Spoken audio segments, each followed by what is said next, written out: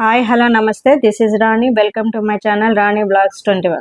నేను ఈరోజు ఈ వీడియోలో కొత్తపల్లి మండలం మందపల్లి గ్రామంలో కొలువై ఉన్న మందేశ్వర స్వామి ఆలయాన్ని ఈ వీడియోలో చూపించబోతున్నాను.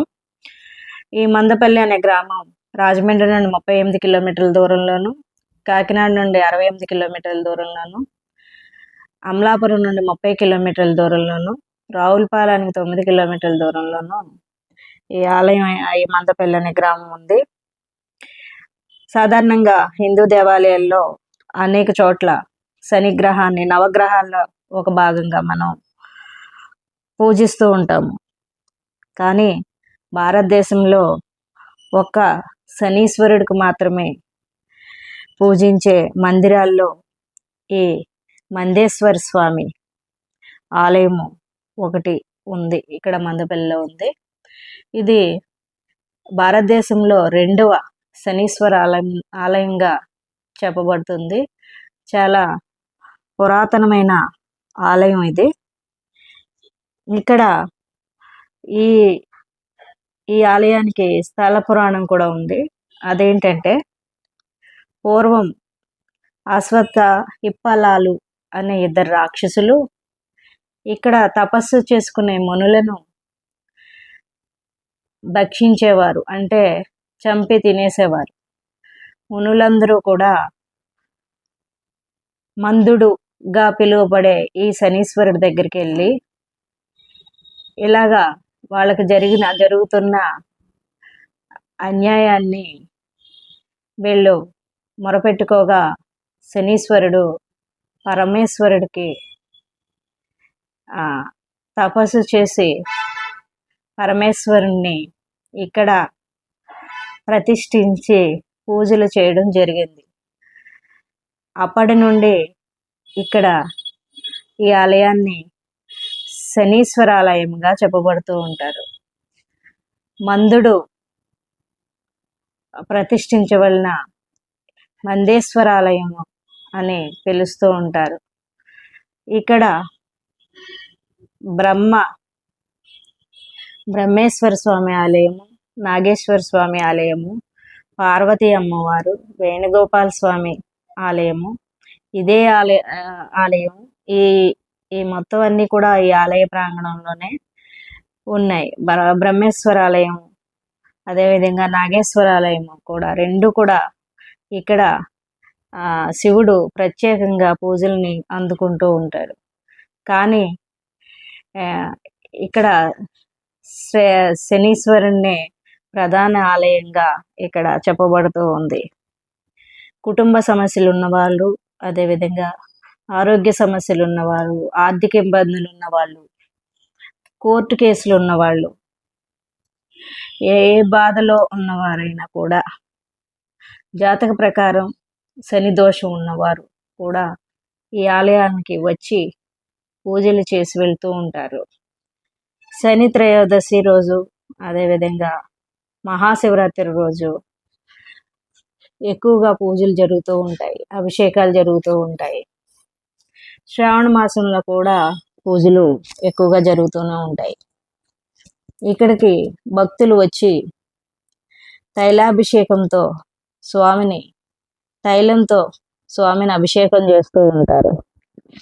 ఆ శని త్రయోదశి రోజు వచ్చే భక్తులతో, మహాశివరాత్రి రోజు వచ్చే భక్తులతో ఈ ఆలయం కిక్కిరిసిపోయి ఉంటుంది.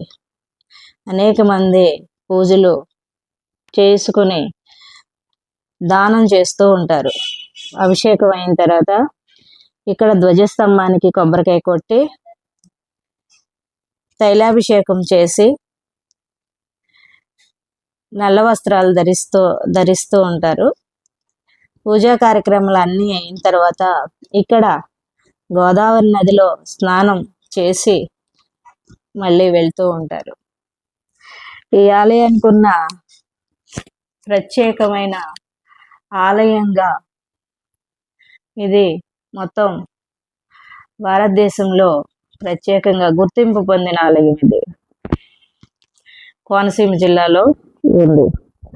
అనేక పూజలు, ప్రత్యేకమైన పూజలు, ప్రత్యేక రోజుల్లో ప్రత్యేకమైన పూజలు చేస్తూ ఉంటారు.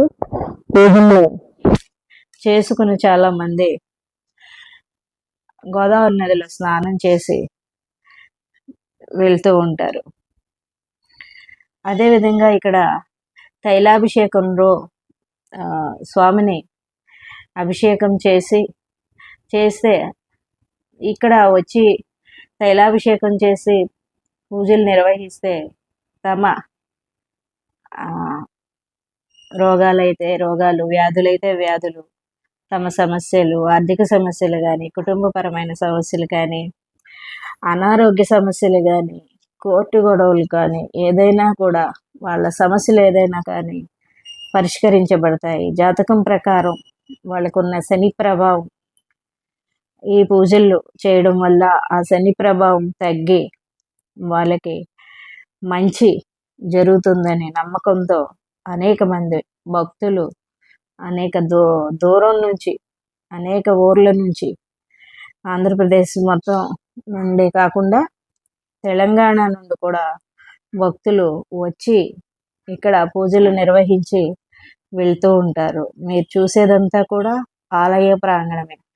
చాలా ప్రాంగణం కూడా విశాలంగా ఉంటుంది. ఇక్కడే మిగిలిన 5 ఆలయాలు కూడా 6 ఆలయాలు కూడా వరుసగా ఇక్కడే ఉంటాయి. ఇక్కడ బ్రహ్మేశ్వర స్వామి, నాగేశ్వర స్వామి ఆలయాలు ఉన్నప్పటికీ కూడా ప్రసిద్ధ శనీశ్వర ఆలయంగానే ఈ ఆలయము అయితే చెప్పబడుతుంది. ఇక్కడ మీరు చూస్తున్నదంతా ఆ వరండాలు ఉన్నాయి కదా, ఆ వరండాల మీదే భక్తులకి పూజలు నిర్వహిస్తూ ఉంటారు. ఇదంతా కూడా ఆలయ ప్రాంగణమే. ప్రత్యేకమైన రోజుల్లోనే భక్తులు ఎక్కువగా వస్తూ ఉంటారు. మిగిలిన రోజుల్లో ఈ ఆలయం కొంచెం ఖాళీగానే ఉంటుంది.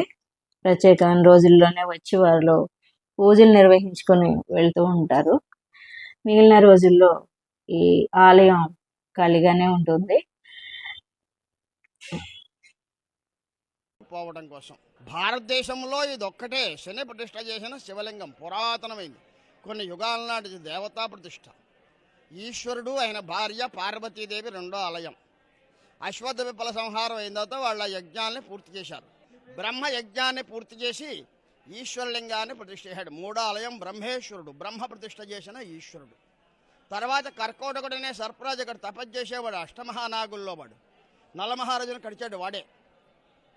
అశ్వత్థ విప్లవ సంహారం అయిన తపస్సును పూర్తి చేసి ఈశ్వరలింగాన్ని ప్రతిష్ఠ చేశాడు. కర్కోటకుడు సర్పరాజు ప్రతిష్ఠ చేసిన ఈశ్వరుడు నాగేశ్వరుడు. అది స్ఫటికలింగం.